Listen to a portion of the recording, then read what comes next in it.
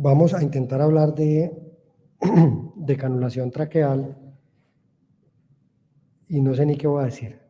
Lo primero que voy a decir es que no tengo ningún conflicto de interés para esta presentación, infortunadamente, porque sí, debería tener algún conflicto de interés, pero la clínica me paga, así que la clínica en el fondo me obligó. Segundo, no sé por qué se les ocurrió hacer un simposio cuando estamos en pleno mundial, y cuando hay partidos ahorita a las 10 de la mañana. Y tercero, todas las terapeutas me lloraron para que las acompañara, así que sin embargo, me siento orgulloso porque, me siento orgulloso porque al fin encontramos algo que poner a hacer a las terapeutas respiratorias, que son simposios, ¿cierto? Pues no voy a decir más. Entonces, empecemos a hablar. Les voy a pedir el favor que cuando lleve 20 minutos hablando, alguien grite para yo saber que me quedan 10 minutos de conferencia. Pues grita. Yo miro allá, todo el mundo grita. Muy bien, entonces, para que, Cecilia, ya te puedo decir. Solamente te quería mostrar que estaba aquí obligado.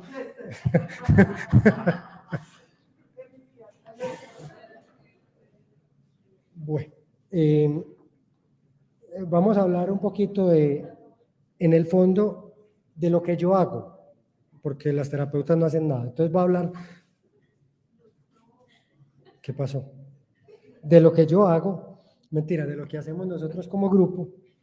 Y en el fondo lo hacemos porque así nos enseñaron, y yo aprovecho diciendo que le tengo que agradecer mucho al doctor Álvaro Porras, que seguramente muchos de ustedes los conocieron, y él nos enseñó a muchos de nosotros, porque cuando comenzamos muchos en cuidado intensivo, nada existía de estas cosas, y en el fondo lo que empezamos a hacer fue a tratar de mejorar lo que ya habíamos aprendido, y después empiezan a salir cosas, y ahí es cuando uno dice, hombre, pero nosotros, ¿por qué no hemos publicado lo que hemos hecho? En fin, esa es la vida. Al final uno termina metido en otro montón de cosas, así como la clínica me obliga a hacer cosas que no me gustan. Entonces vamos a mostrar más un poquito de lo que hacemos, e intentamos mirar qué hay en la literatura, si hay alguna cosa o no. Voy a empezarles diciendo, esto es un repaso rápido, hay personas que saben más de esto que yo, inclusive en el auditorio que está Susana, que es la fonoaudióloga que usualmente nos acompaña en todas estas peleas que tenemos cuando tenemos un paciente con traqueostomía. Ella sabe esto más que yo, pero es importante repasar algunas cosas. Primero, la laringe tiene 3 funciones básicas. Hay por ahí una cuarta, que no es solo de la laringe, que es la maniobra de Valsalva. La maniobra de Valsalva involucra muchos otros órganos, pero nosotros necesitamos la laringe para poder respirar. Eso es importante. Hoy, si no tenemos laringe, pues necesitamos alguna cosa que me salga por el pecho para yo poder respirar. Sin laringe no respiro. Segundo, nos protege la vía aérea durante la deglución y en la sabiduría de las abuelas. Y ustedes decían que las abuelas eran unas brujas, o la mamá, y les daba rabia y les daba ira cuando le decía no hable mientras come porque se ahoga. Es verdad, ¿cierto? La laringe nos permite proteger la vía aérea durante la deglución para nosotros no ahogarnos borrachos con un buñuelo en diciembre, ¿cierto? Y tercero, que podría ser una función que se suprime y el mundo sería feliz porque nadie hablaría, es para poder hablar, ¿cierto? La laringe nos sirve para poder hablar. Esas son las 3 funciones básicas de la laringe, y está por ahí metido en la maniobra de Valsalva. Es un pedacito de la maniobra de Valsalva que también es muy importante para nosotros para hacer cosas importantes como el número 2, pero también para hacer otras cosas importantes como es poder toser, poder hablar, poder respirar, en fin. Eso es muy importante. Para que la laringe funcione, requiere unos músculos intrínsecos y unos músculos extrínsecos. Algunos de esos somos capaces de entrenarlos voluntariamente, como son los músculos extrínsecos, y los músculos extrínsecos dan una función muy importante, en especial cuando yo voy a tragar, que es ascender la laringe. ¿Por qué les digo eso? La epiglotis no tiene músculos. La epiglotis es solamente un cartílago que se abre y se cierra en función de 2 cosas: cómo se comportan los músculos, y segundo, cómo fluye el aire. Cuando yo voy a respirar, tengo que hacer algunos movimientos de mis músculos respiratorios que permitan que la laringe se despegue, que la epiglotis se despegue de la laringe, y cuando voy a tragar o cuando dejo de respirar o no voy a hablar, pues la epiglotis debería caer, en realidad no cae, es la laringe la que asciende y permite que la epiglotis cierre la laringe para que la comida se vaya por el tragadero y no por el respiradero. Y tenemos unos músculos intrínsecos que nos permiten que la laringe haga aducción, pero hacer eso de manera voluntaria es bastante difícil. Abducción, y hacer eso de manera voluntaria es prácticamente imposible. Y tensión de las cuerdas vocales, que uno no piensa porque habla, uno sencillamente habla y habla mal de todo el mundo porque eso da placer, ¿cierto? Entonces, eso nos permite a nosotros, digamos, hablar los músculos intrínsecos y los músculos extrínsecos de la laringe. Entonces, uno no podría hablar de canulación traqueal si no es capaz de tener algún conocimiento mínimo de cómo se comporta la deglución, porque cuando a uno le ponen una traqueostomía, no le están alterando la vía respiratoria. Por lo menos no de la tráquea para allá, sino que lo que le están alterando en realidad, o lo que le estamos violando a los pacientes en realidad, es la laringe. Y esto para que lo repasemos, porque uno lo ve en la universidad y después no se acuerda. Para poder tragar, yo tengo que tener todas esas fases. Una fase preparatoria oral, que es lo que les va a pasar ahorita, cuando les den el refrigerio, yo voy a tener que estar por allá en una conferencia, metido en otro salón, hablando de cualquier otra cosa. Normalmente hacemos cuando vemos los alimentos, tenemos una fase oral donde vamos a masticar y vamos a transferir el bolo, es decir, vamos a ser capaces de meternos la comida a la boca, masticarla, que la lengua ascienda, se pegue contra el paladar duro y yo impulse el bolo de comida hacia atrás. Después voy a tener una función faríngea en la cual es importante que el velo faríngeo esté competente, que la fase lingual esté competente, o sea, que la lengua tenga la suficiente fuerza para poderlo hacer, y no solo la fuerza, sino la suficiente coordinación. Después vamos a tener una fase hipofaríngea y finalmente una fase laríngea, muy fácil. Uno habla de lo que está antes de la laringe, hipofaringe, laringe y poslaringe, y ya todo le pega, eso es facilísimo, ¿cierto? Después va a cerrar las cuerdas vocales, cierra las bandas ventriculares, la epiglotis se desplaza hacia atrás, y cuando la epiglotis se desplaza hacia atrás, en parte es secundario a que la laringe sube, la laringe asciende. Si yo tengo una traqueostomía puesta acá, el ascenso laríngeo requiere un esfuerzo muscular intenso para yo poder hacer la deglución, ¿de acuerdo?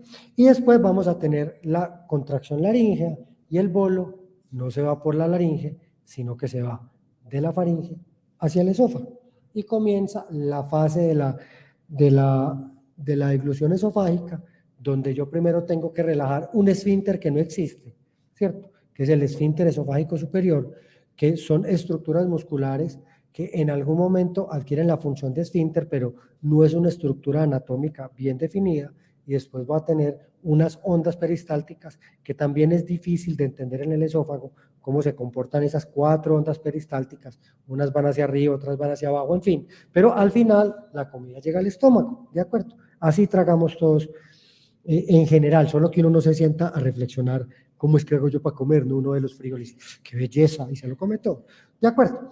Cuando a mí me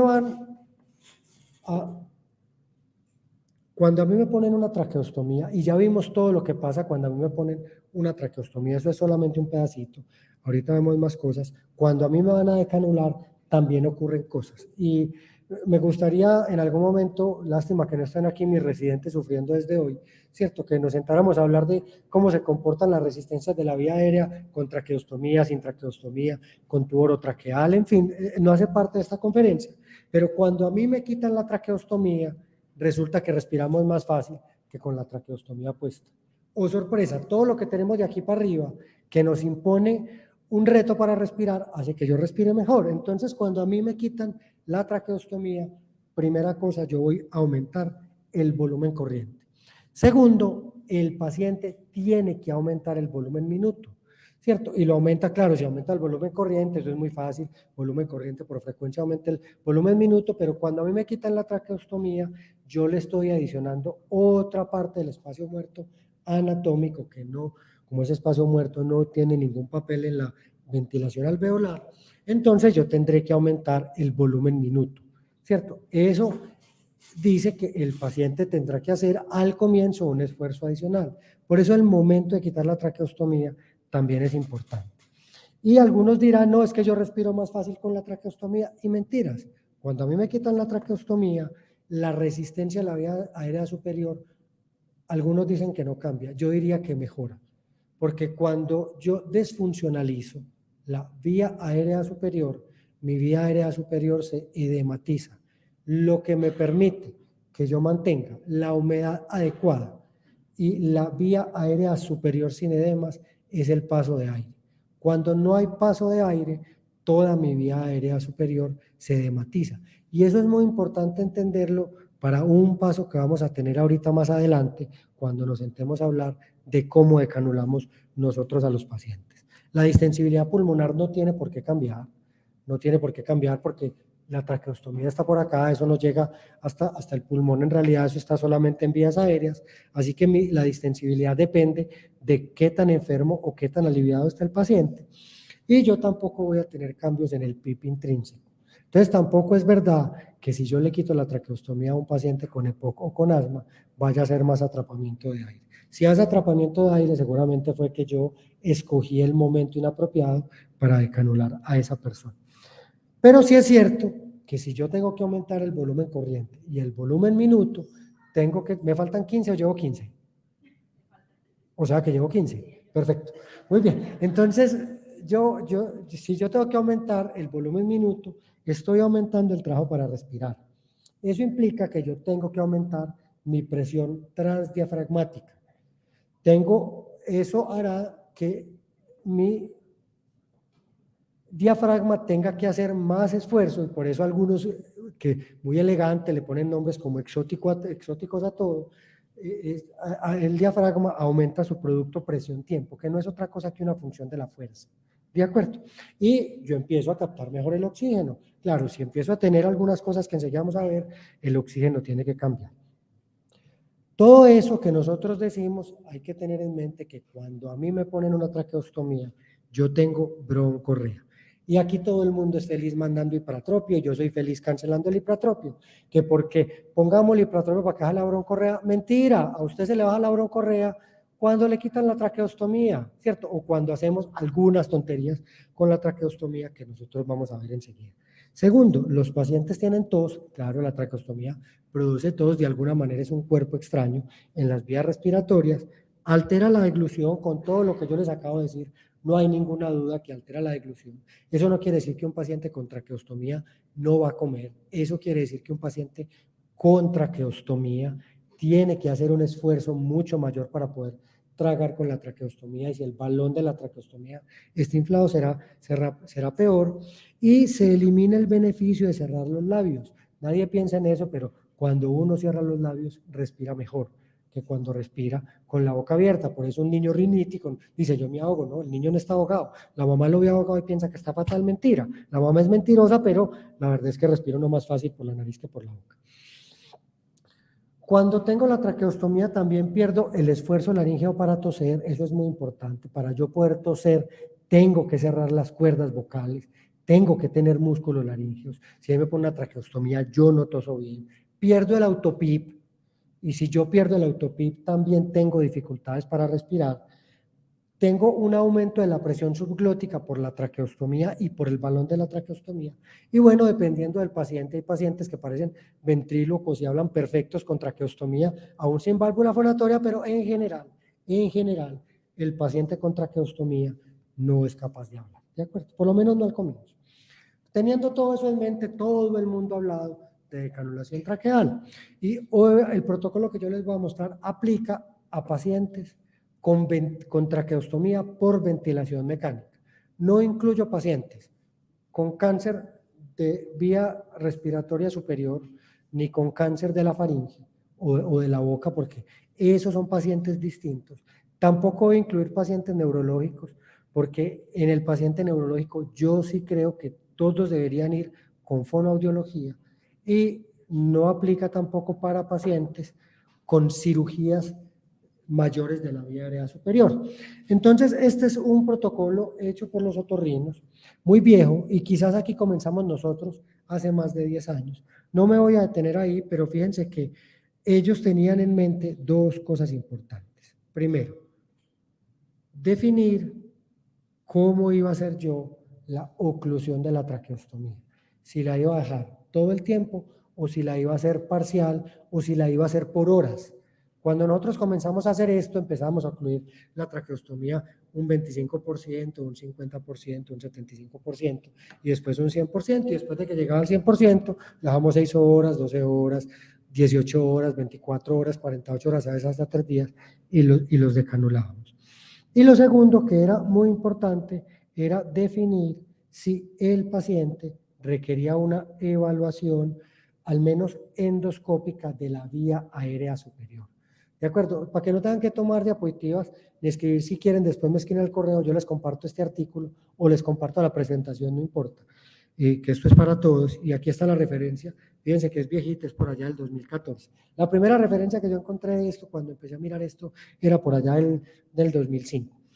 Y de alguna manera nosotros hacíamos esto. Habían dos preguntas importantes y era cómo íbamos a tapar la traqueostomía, y segundo, si teníamos que hacer valoración endoscópica de la vía aérea superior.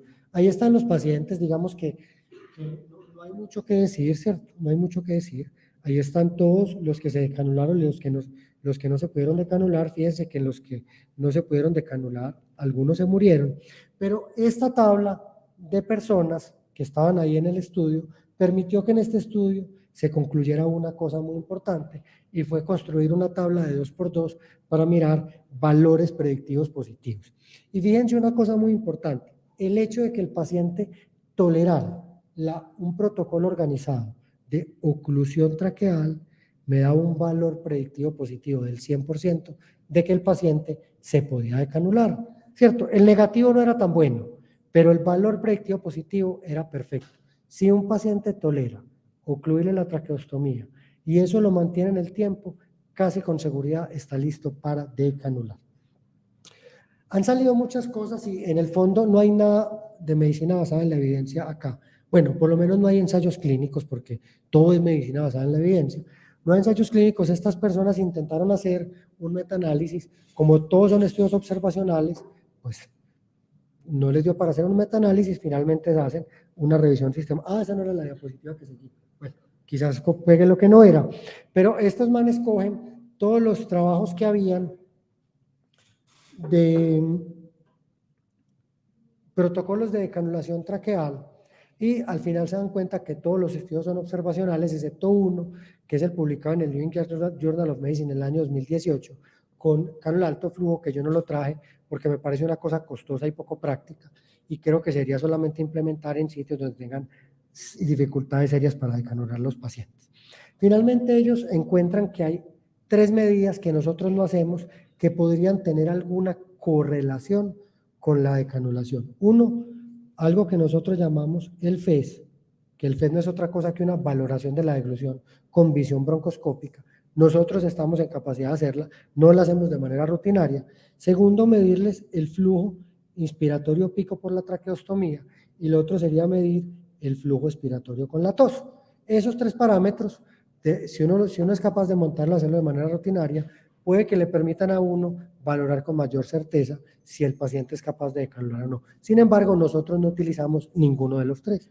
Ya les voy a mostrar por qué. Y esto fue el algoritmo que ellos al final dicen, después de nosotros haber hecho esta revisión sistemática de la literatura, esta es la forma como nosotros lo vamos a hacer, con palabras fantásticas, ¿cierto? Ellos hacen una lista de chequeo, y la lista de chequeo, al final, la que yo les voy a mostrar, que es una propia, es un poquito más larga, pero hacen una lista de chequeo. Creo que es muy importante este punto específico, y es que la lista de chequeo le permite a usted escoger el momento adecuado de la decanulación. Finalmente, la decanulación traqueal no es otra cosa que elegir la oportunidad correcta en el momento que el paciente esté listo, y eso requiere valorar unas cosas. Segundo, ellos dicen, se hacen una pregunta que es una pregunta importante, si lleva poco tiempo en ventilación mecánica o mucho tiempo en ventilación mecánica. Si yo llevo poco tiempo en ventilación mecánica, posiblemente mi debilidad muscular es poca. Si llevo mucho tiempo, mi debilidad muscular es mayor. Si ellos llevan mucho tiempo, hacen un ensayo que ellos lo llaman el ensayo de encorchamiento, así son los ingleses. Este es un estudio que hacen los indios, pues ellos hablan inglés británico, entonces ellos dicen el test de encorchamiento, en realidad es la oclusión traqueal, y si es exitosa lo decanulan en cuestión de horas, lo decanulan en cuestión de horas. Si el paciente lleva un tiempo largo en ventilación mecánica y tienen una alta sospecha de que el paciente esté débil, primero disminuyen el tamaño de la traqueostomía, el grosor o el anchor, para que me entiendan, y después la bloquean y siguen el resto del algoritmo. Finalmente, esto es parte de lo que recomiendan en la literatura. ¿A quién decanular? Primero, que la causa de la traqueostomía esté resuelta. Segundo, que durante 5 días tenga un patrón respiratorio aceptable. Tercero, que la condición clínica esté estable, es decir, que esté estable hemodinámicamente, que no tenga una evidencia fuerte de infección, y recomiendan que la PC2 esté por debajo de 60. Nosotros no hacemos y no vamos a hacer, para que no me miren, gases arteriales previo a la decanulación. Que tengamos una radiografía de tórax que diga que las cosas no van peor, que el delirium esté controlado. El delirium no se termina de controlar hasta que yo no decanulo el paciente. Que hayamos hecho al menos una valoración nosotros de la deglución. Nosotros no le pedimos a todos valoración por fonoaudiología, sino que usualmente nosotros hacemos una valoración de la deglución del paciente. No iniciamos en principio vía oral en paciente con traqueostomía. En principio, lo hacemos después de la traqueostomía. El volumen de secreciones es importante, que no haya que aspirarlo de manera frecuente, que sea capaz de expectorar.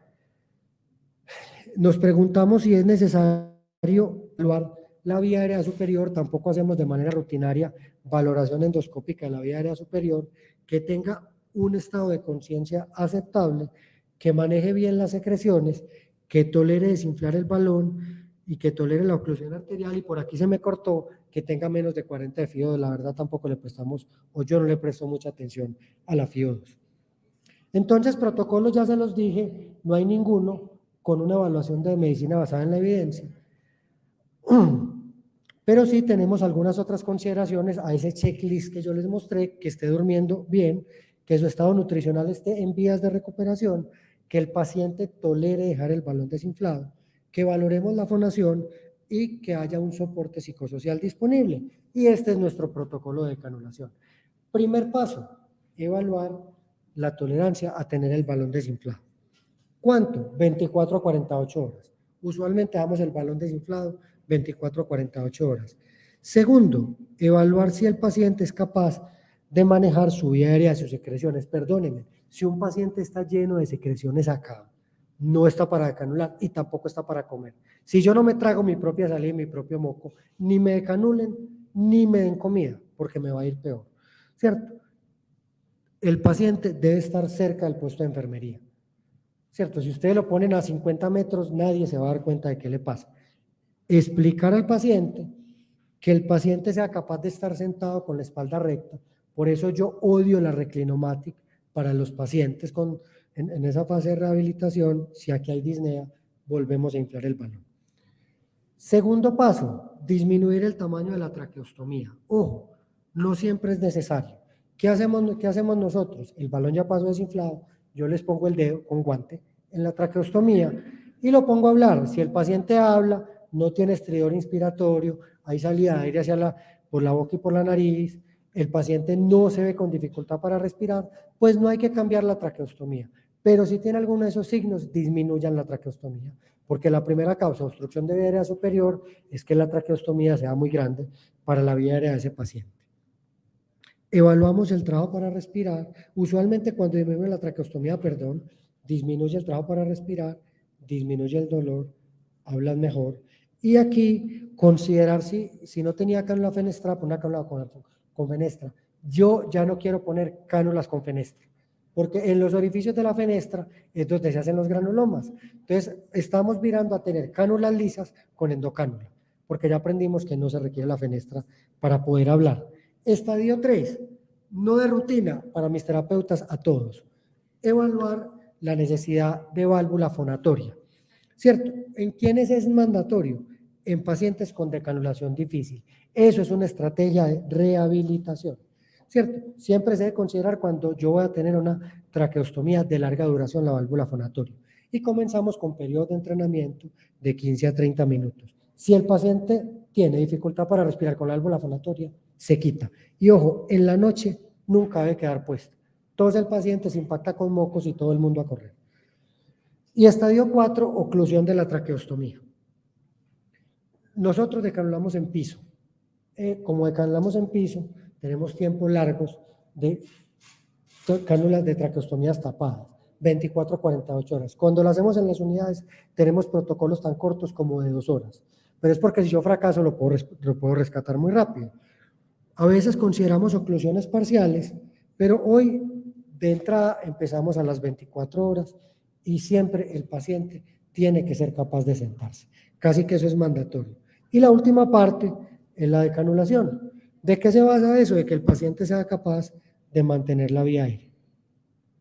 No me voy a detener más ahí porque ya se me acaba el tiempo. Ojo, siempre contemplar en todos los pacientes con decanulación riesgos y plan de contingencia. Si el paciente tiene una vía aérea difícil, avísenle a todo el mundo, tengan plan de contingencia y háganlo a las 8 de la mañana. Siempre tener eso. Y este es nuestro algoritmo, que no me voy a detener, ya se los mostré en flechitas bonitas. Este ahora está en un paso de modificación. Ojo, si ustedes tienen protocolos de decanulación fallidos, llamen a fono. Normalmente nosotros en la decanulación, después del segundo intento fallido, vamos con fonoaudiología porque la rehabilitación tiene que cambiar. Y vuelvo y les repito, esto no aplica para el paciente neurológico, no aplica para el paciente con cirugía de laringe y no aplica para el paciente con obstrucciones de vena superior. Esos pacientes tienen otro algoritmo. Esto aplica para el 98% de nuestros pacientes, que son pacientes con debilidad muscular. Recuerden, evalúen criterios de destete, evalúen cuáles son los criterios de alto riesgo y siempre evalúen la tolerancia. Cuando no, llamen a alguien también que les ayude porque ya están frente a una decanulación difícil. Muchas gracias.